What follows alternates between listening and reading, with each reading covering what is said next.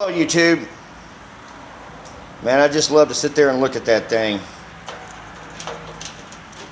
I just love to look at it. But I decided to take most of the day off. I was going to try to tackle pulling my motor. Like, I'm just so anxious and eager to get this motor in the Louise, my C10. And it's just one of those things where you want to try to cover every base that you can and do all the extensive research that you can. YouTube videos has not really been helpful. I haven't really bothered going into the forums, you know, the chat forums and rooms, because it's a lot of extensive reading and watching videos and video after video after video. And I try to get my son to sit down and watch videos with me. He says, "Dad, well, that's what you're here for, man. You're supposed to watch the videos and then you teach me." That way he thinks he can remember a little bit better if his father teaches him. I think he's right. You know, ain't nobody understands somebody more than their own parents, and how to tell them to, well, they understand. And reading body language and stuff like that, you know,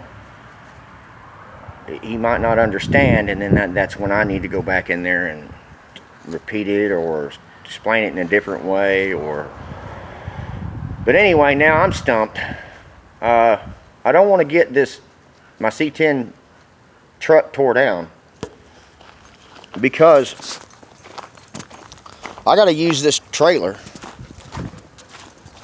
and this truck to finish moving with. I got my little shop out back that I built at that apartment. I have an old tin building and a dog kennel and sheet metal, and right after I got that thing together, I didn't even get to work out of it one time. I started going to church. Good things started happening for me. I haven't never really been what they might call a holy roller or a Bible thumper or anything like that. But all I know is this: ever since I've been going to church, I've acquired a place to work on my cars. I've acquired more friends. I've ran into more trustworthy friends. And I just have, you know, and it's not just an ordinary, average day church. This church is a church. It doesn't use this 12-step program. It's not actually a real church. It's a food bank slash, I wouldn't say a food bank anymore, because they were, you know, it's a privately owned school, a Christian school organization that not homeschools children, but it puts them in a Christian atmosphere, and they teach children from the ages of kindergarten all the way up to 12th grade. And so that's where the church is held at. And most of everybody in that church, I believe each and every one of them, has had an addiction and went down a road of chaos and hell.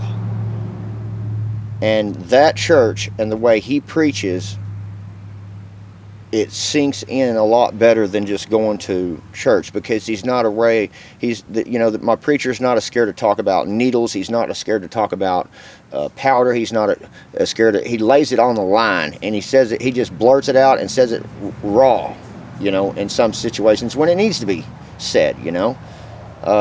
It just makes you feel at home when he's talking in your lingo, because all of us have been down there, including the preacher has been down that road.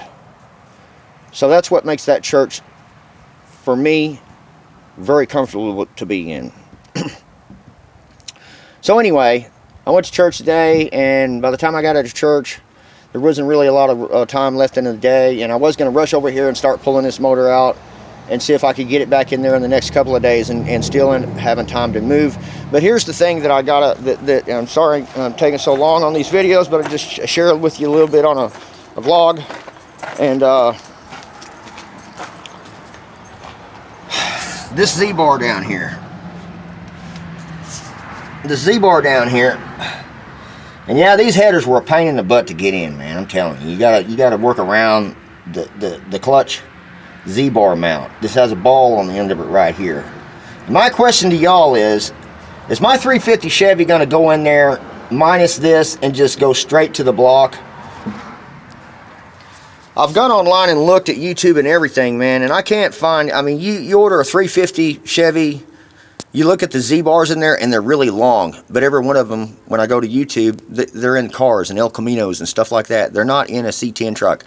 I poke it in their C10 truck, and it does not give me any kind of information. I poke it into just the Google, and I try to Google it, and they try to give me these, they got these long Z-bars in there, and I know daggum good and well, that long Z-bar is not going to fit up in there. There's no way in heck it's going to fit up in there. That's a short Z-bar. Am I going to have even a shorter Z-bar? You know? And another thing is I'm going to have to sell my Honda sitting out there. It needs the ignition switch on it. My wife really ain't interested in it no more. We done moved on to the Lexus. She's very happy and content with that. She's drove it around for about a month or two now, and that's the car she wants. So I've been, like I said, if people watch my videos, I've been doing a little repair on these cars over here with the body work and stuff. Nothing major up until now. I think I'm fixing to tackle well, no, I think I got that Volkswagen Passat that my wife was driving around, and it got down to a quarter of a tank one day and died in the middle of at somebody's house. It died in the middle it died over at Mick's house. Mick, he's probably watching this video right now as everybody is viewing it also. But it died, and we had to call Big Old Lou with his truck and trailer and have him come get us. And so we found out that Volkswagen Passat isn't something to really be tinkering around with, especially if you don't have deep pockets and you're not, you just, the Toyota is it's the Lexus, all it is a fancy Toyota. It even says Toyota on the windshields. There's parts on that thing that says Toyota on it. All it is just a fancy Toyota. That's all it is. And I really am satisfied with it. But anyway, back to what I was saying. When I go to jerk this transmission out, I might run into stumps like new transmission mounts. I notice my transmission mounts are a little worn. Might have to buy another Z-bar to go in here. Just things, I want to leave myself a little cushion to where if I come across something, I can go purchase it without this truck sitting in that shop in there all torn to pieces. I just don't like drawing a project out in a real long term, because, you know, then it just makes things a lot more complicated for me when I have to stop, and then I have to order a part, and then I got to take the tools that I got laying down that I was using and pick them all back up, you know, and put them up, and then I got to go through all that time wasting and pulling all the tools back. I mean, you know, it's my preference. I just like when I do something, I like to have all my bases covered so I can do it, execute it, get it done, and move on. You know, and working out in that front yard that I was working in, the last time this motor got put in with this transmission, it was pure chaos and hell. I actually got to watch a video today where the guy was having the same problems that I was. Same problems as I was, putting the transmission and stabbing it into the back of a 350 Chevy.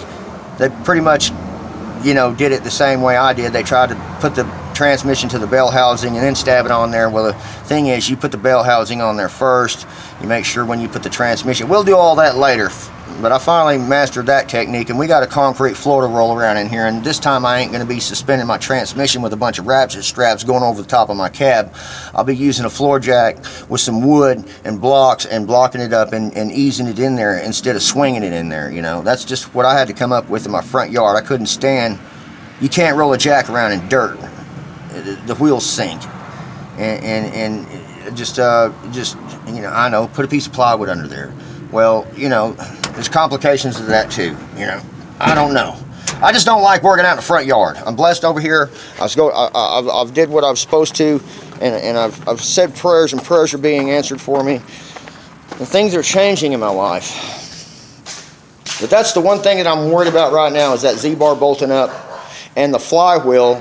Is it going to bolt up to this 350 Chevy? I might have to buy another flywheel.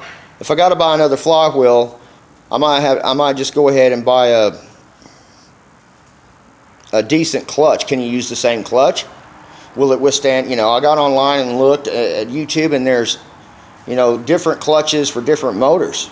You know, some are made to uphold, you know, but I didn't get to look at the there's just a lot of complicated things. You know, I looked about clutches and different size clutches for different motors and this and that. And I don't know if my 350 Chevy uses the same clutch as my inline 6, 250 Chevy.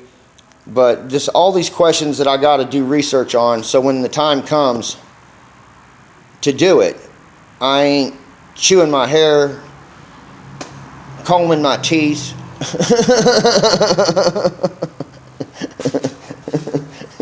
trying to get it figured out. You know, I want to execute it and be done with it.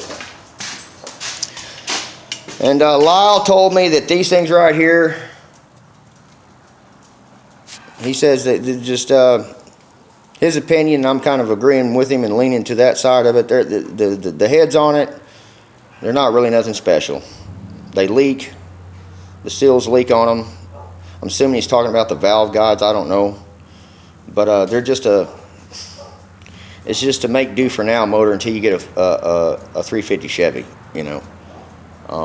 I don't know. Couldn't tell you. Maybe I'm just being ignorant. But I might put it on Craigslist and give it away for $100, or just use it to hold the tarp down in the backyard or something. I don't know. Take the high rise intake, take the elder block. I think that's an elder block. I'm not for sure. Take the aluminum intake off of it. Take the valve covers off of it. Take the turbo 350 transmission off of it. Take this power steering pump off of it, because I do want to have power steering on that Chevy sooner or later, because I want to get a smaller steering wheel, because I don't have tilt steering, because my son-in-law wants to drive that truck, and he's a big fella, you know.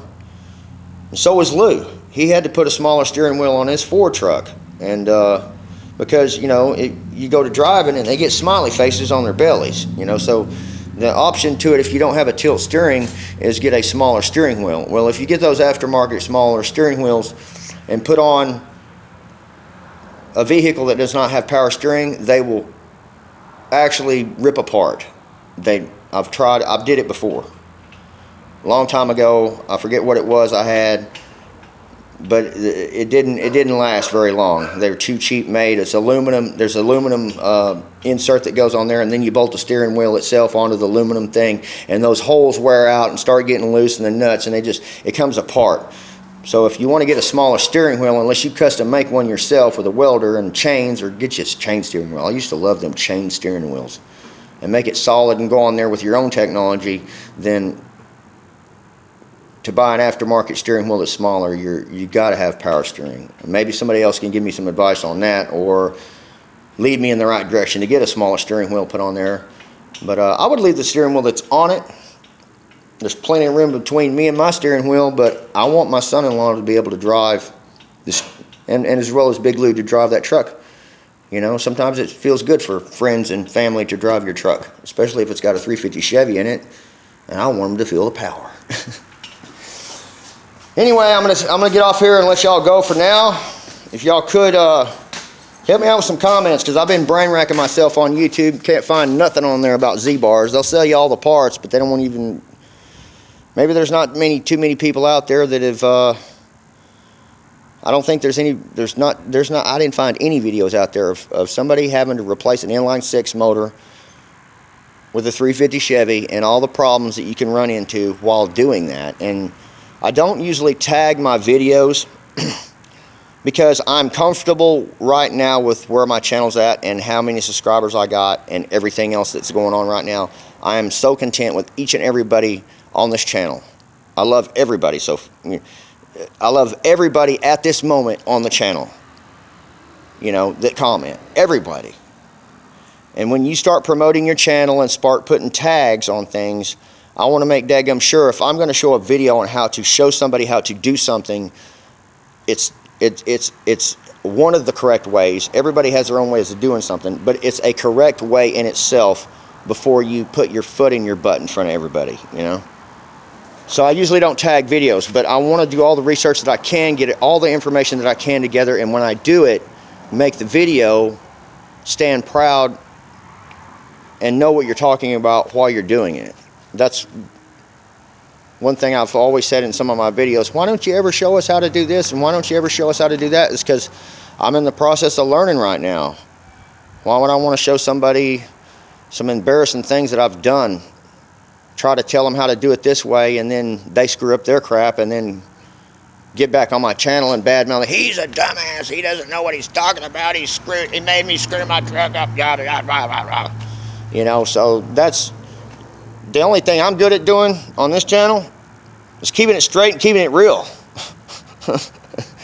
And just living and being happy. And I just can't, I just can't explain where I'm at right now in my life to a T. You can't just put words to it.